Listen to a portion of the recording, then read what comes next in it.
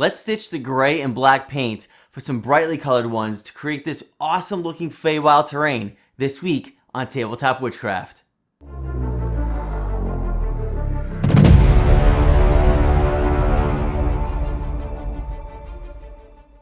Hey there and welcome back to Tabletop Witchcraft. This week I want to do something a little bit different and create some scattered terrain using these brightly colored tufts from Gamer's Grass. Now most of these supplies you can find probably laying around your house, and honestly the bulk of the clay here, it's pretty much Play-Doh, so if you got some of that kicking around you can make this as well. Now I want to show you something really cool, and that's the new E8 dual motor adjustable desk from flexispot. I'm a huge fan of ergonomics, health, and fitness. If you've followed my channel for a while, you probably know that about me. But I also love crafting for hours at a time, and that typically leads to hunching over and hurting my back and my neck. But with this desk, it has a lift mechanism that allows you to go from a comfortable sitting position to a standing one, and you can work standing up. It's extremely stable, so I can put my 3D printers on here as well. The load capacity on this thing is 352 pounds, so it'll hold most of your unpainted miniature collection too. All that, and it's super sleek looking with a nice bamboo wood top, a nice shiny black frame. It's super quiet, running less than 55 decibels, and has all kinds of presets so you can get from your desired table height from one to another with the click of a button.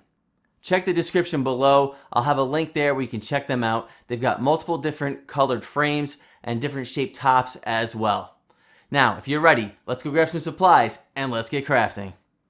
Alright, we're going to rock this candle for the video. It's from Firelight Fables Candle Company. TWC10 at checkout gets you 10% off your order, and a small kickback comes to help fund the channel here as well. Now, initially I was going to try and make this scattered terrain fit my 6x6 tiles. This could also be used as underdark terrain if you wanted to, and I had that in mind when I was making this, but they ended up bleeding over and making them a little bit larger than the 6x6. You'll see why in a few. They warped a little, and I'll show you how to fix that, but it made the tiles, or the scatter, just a little bit bigger than the 6x6 tiles. Now you don't have to get perfect with all the edge trimming, because we're going to cover all that up with lots of other materials. But it was a lot of fun making this craft because there was no real plans that I had to go by. You can see right now I'm just kind of sketching out where the different mounds and different types of mounds are going to be on all of the scatter. Now this is a craft that I made quite a while ago. I'll put a link up above to the crystal video.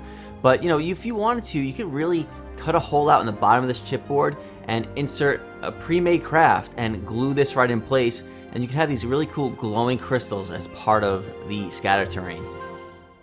Now for the clay itself, we're going to use this air dry clay. It's a little dinosaur my daughter's working on. Anyway, yeah, we're going to use this air dry clay. It's pretty much Play-Doh. You can use Play-Doh if you have that. And it really adheres well to the chipboard even without this tacky glue. But I like to put a little bit down just to ensure that I don't have any issue with it separating after it dries. You can see right there how well it kind of presses down onto the chipboard, and using a little bit of water on my finger I can smooth out all the cracks that were on the surface of this thing. Now I want to use my fingers to just add a little bit of character and some depth to these mounds themselves. So for tools, this is all I'm really using. Initially, these are probably going to look a little bit like strawberries, so it's not going to look like that when we're done. We're going to have a couple different texture methods that's going to eliminate some of that. And we really want to push in and down for the texture, and then switching over to this larger clay sculpting tool. I don't want to obviously add as many little holes to these with this one, but you want to add a decent amount. Then we can go back with the smaller clay sculpting tool again and make those crevices go further into the mound. You really are going to notice these when they're on the table looking down at them. Alright, now this might seem like it's going to take forever, and it really doesn't. Each scatter terrain piece took me maybe 2 or 3 minutes to dimple the entire surface. I did this after I put the other holes in it because you're actually going to put dimples into those little crevices, and it just kind of helps add to the whole feel. If you put the larger holes into the surface afterwards, they're going to be smooth on the interior. So, I mean, I guess it really just depends on what you want it to look like. Okay, so we have the clay mounds as one type of terrain coming out of this scatter.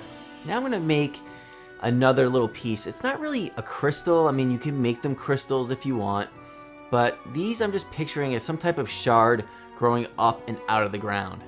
And we're going to bring it all together with some clay wrapped around these to make it look like it's a continuous piece coming out of the scatter terrain.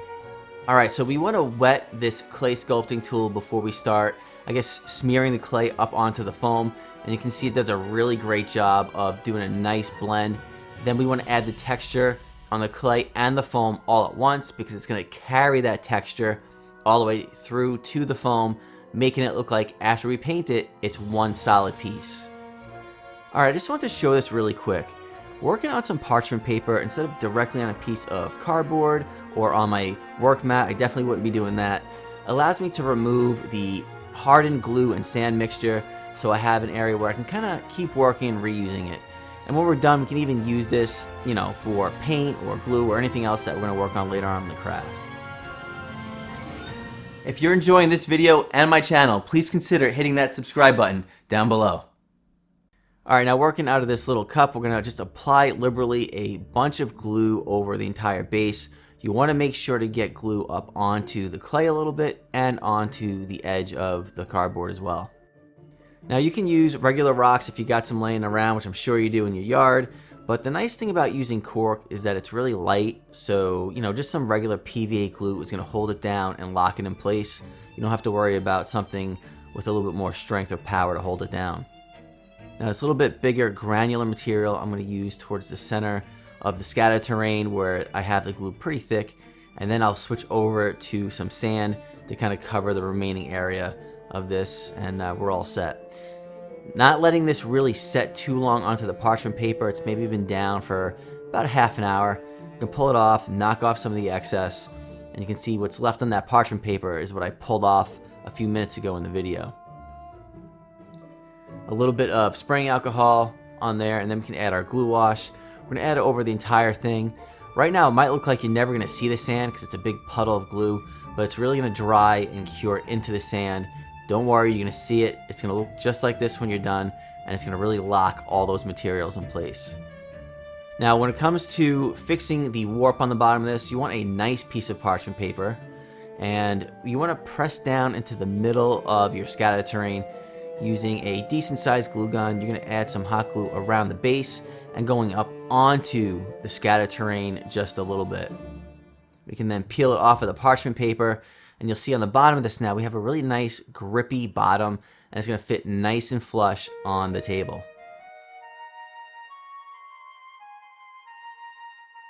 Alright, now a little bit of super glue goes a long way here. Going back to some more of my disposable paintbrushes, we're just going to smear this on, again going up, on, and over the scatter terrain and onto the parchment paper as well. It's going to have a nice smooth transition, and instead of using a lot of granular sand, I'm using some really fine cork for the same reason I used it earlier, and then just a little bit of sand adds a nice texture, and then we can go right into our baking soda to lock all that in place. It'll help cure it really quick. Now you can brush all that baking soda off after about 10 or 15 minutes, but then I leave the project alone for probably about an hour or two to really let all that super glue really cure. Alright, jumping into the painting for this project.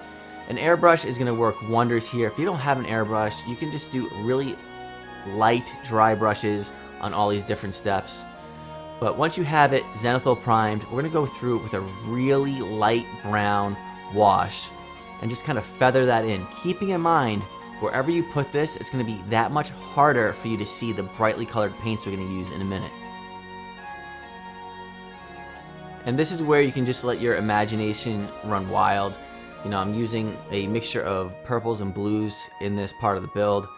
And yeah, you know, there's going to be a lot of overspray. That's what we want. We want it to look like these mounds are growing up out of the ground and kind of spreading over the surface of the earth. Now I thought these colors looked really nice together, which is why I chose them. And again, we're going to just really do some nice feathering with the airbrush. You can achieve the same look with the dry brush as well. Alright, now this is a homemade blue and purple wash. a little bit of flow aid, some matte medium, and water. Now the amount of water that I'm putting in here, I ended up probably tripling the amount of water. So keep that in mind. You want to really have that thinned down. And then we can just apply the purple and blue respectively.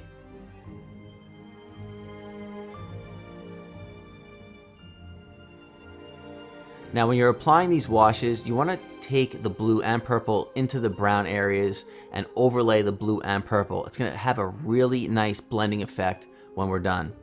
Then we're going to take some Agrax Earthshade for the brown and mix that in as well.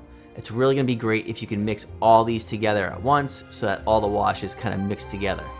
Alright, now for the dry brush, I used a squid pink, and you want to carry that pink around the surface a little bit over onto the brown and blue. And then for the blue dry brush, I used a wolf gray, and I went pretty heavy with that. Again, carrying that over onto the little gray rocks and onto the purple, blending everything together.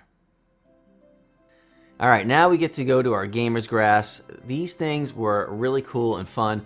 I've had these for a while now, and they're some type of plastic material, and you rip them off and you just bend them to whatever shape you want. And there's 3 different sizes, so you can layer up, as you can see right here, the flowers and plants, and it gives a really cool 3-dimensional look to these plants. These, along with the static grass tufts that they gave me, really brought this craft together. Now, one of the things I want to show about the static grass from Gamer's Grass is I don't know what they use to hold these things down for glue, but take a look at this. I've never had static tufts that you can pick the tuft up and it'll pull the craft off of the table. So really awesome tufts, big fan of them. And yeah, with that, these are ready for the game table.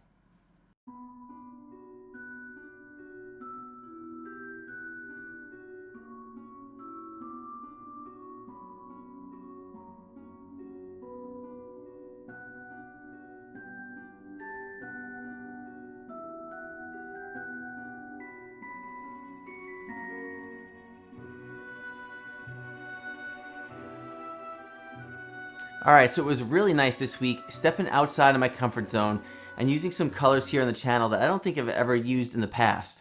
It was also nice to not have a predetermined design and just kind of let my creative juices flow. So if you want to help support the channel, please consider heading on over to my website, www.tabletopwitchcraft.com. There you'll find affiliate links where you can get discounts to all your favorite gear, and you'll be helping out the channel. One of those is Firelight Fables Candle Company. TWC10 at checkout gets you 10% off your entire order. It's a great company. See these in almost all of my videos. Great scents.